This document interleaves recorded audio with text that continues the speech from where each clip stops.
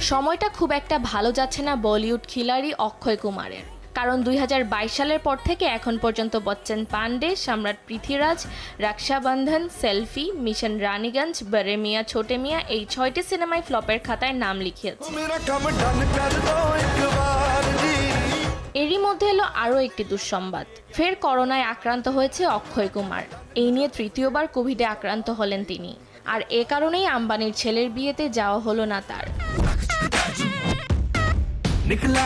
ছবি যতই ফ্লপ হোক, সিনেমা করা থেকে পিছিয়ে যান না এই অভিনেতা। এই যেমন সম্প্রতি মুক্তি পেয়েছে সারফিরা নামের একটি ছবির ট্রেলার।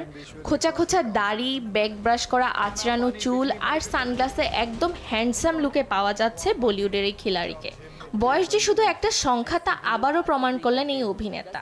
2020 সালের কোঙ্গারার তামিল ভাষায় নির্মাণ করা সোরারাই পোট্রু এই সিনেমার অফিসিয়াল হিন্দি রিমেক সারফিরা।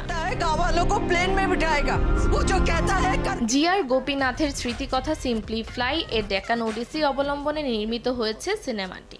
এই সিনেমায় অক্ষয়কে এমন এক ব্যক্তির চরিত্রে দেখা যাবে যিনি স্বল্প আয়ে মানুষের জন্য সাশ্রয়ী মূল্যের বিমান সংস্থা তৈরির দায়িত্ব নিজের কাঁধে তুলে নেন।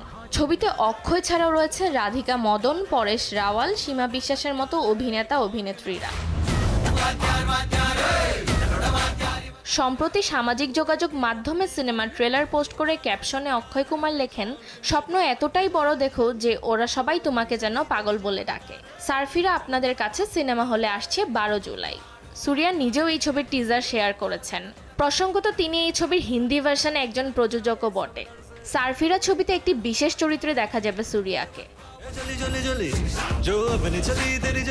অক্ষয় বলিউডের পাশাপাশি দক্ষিণের পরিচালকদের সঙ্গে কাজ করেছেন। দক্ষিণী পরিচালকদের সঙ্গে অক্ষয়ের প্রথম সিনেমা ছিল 2000 সালে হেরাফেরি। ছবিটি পরিচালনা করেছেন প্রিয়দর্শন। এরপর গত 21 বছরে দক্ষিণী পরিচালকদের সঙ্গে 5টি ছবি করেছেন অক্ষয়, যেগুলোর কোনোটিই ফ্লপ হয়নি। এখন দেখার বিষয় সারফিরা ছবিটি কি তার ধারাবাহিকতা ধরে রাখতে পারে কিনা। ফাতেমাতুজ জোহরা, দেশ টিভি।